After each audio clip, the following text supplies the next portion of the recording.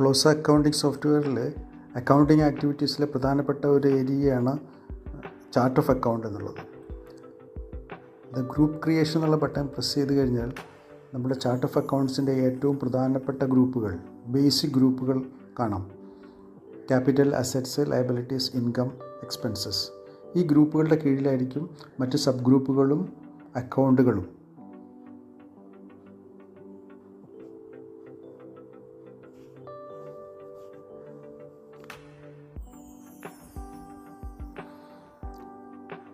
ഇവിടെ കൊടുത്തിട്ടുള്ള ബേസിക് ഗ്രൂപ്പുകളെ നമുക്ക് എഡിറ്റ് ചെയ്യാൻ പറ്റില്ല, പക്ഷേ അവയുടെ കീഴിലുള്ള സബ് ഗ്രൂപ്പുകളെ നമുക്ക് ആവശ്യാനുസരണം എഡിറ്റ് ചെയ്യാം.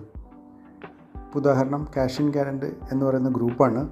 അതിൻ്റെ കീഴിലാണ് ക്യാഷ് എന്ന് പറയുന്ന അക്കൗണ്ട് ഉള്ളത്. ഈ ക്യാഷ് ഇൻ ഹാൻഡ് എന്നുള്ള ഗ്രൂപ്പിനെ നിങ്ങൾക്ക് എഡിറ്റ് ചെയ്യണമെങ്കിൽ എഡിറ്റ് ബട്ടൺ പ്രസ് ചെയ്ത് കഴിഞ്ഞാൽ അതിൻ്റെ പേരോ അതിൻ്റെ പാരൻറ്റ് ഗ്രൂപ്പോ ഒക്കെ നമുക്ക് ചേഞ്ച് ചെയ്ത് സേവ് ചെയ്യാവുന്നതാണ്.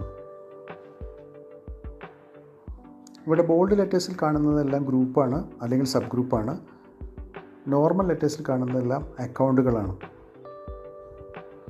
പുതിയൊരു ഗ്രൂപ്പ് ക്രിയേറ്റ് ചെയ്യണമെന്നുണ്ടെങ്കിൽ ഗ്രൂപ്പ് ക്രിയേഷൻ ബട്ടൺ പ്രസ് ചെയ്യാം. ഇവിടെ ഒരു ഗ്രൂപ്പിന് പേര് കൊടുക്കാം.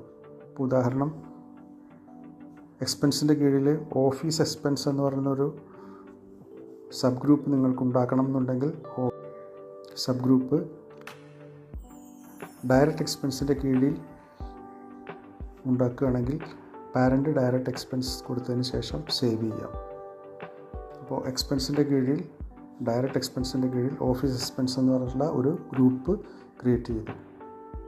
ഇവിടെ നിന്ന് തന്നെ നമുക്ക് പുതിയൊരു അക്കൗണ്ട് ക്രിയേറ്റ് ചെയ്യണമെന്നുണ്ടെങ്കിൽ അക്കൗണ്ട് ബട്ടൺ പ്രസ് ചെയ്യുക.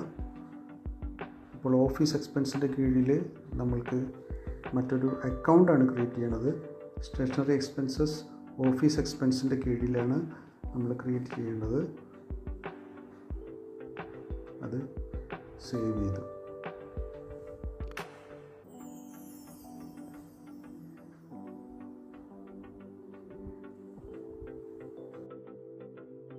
ഇതേ കാര്യം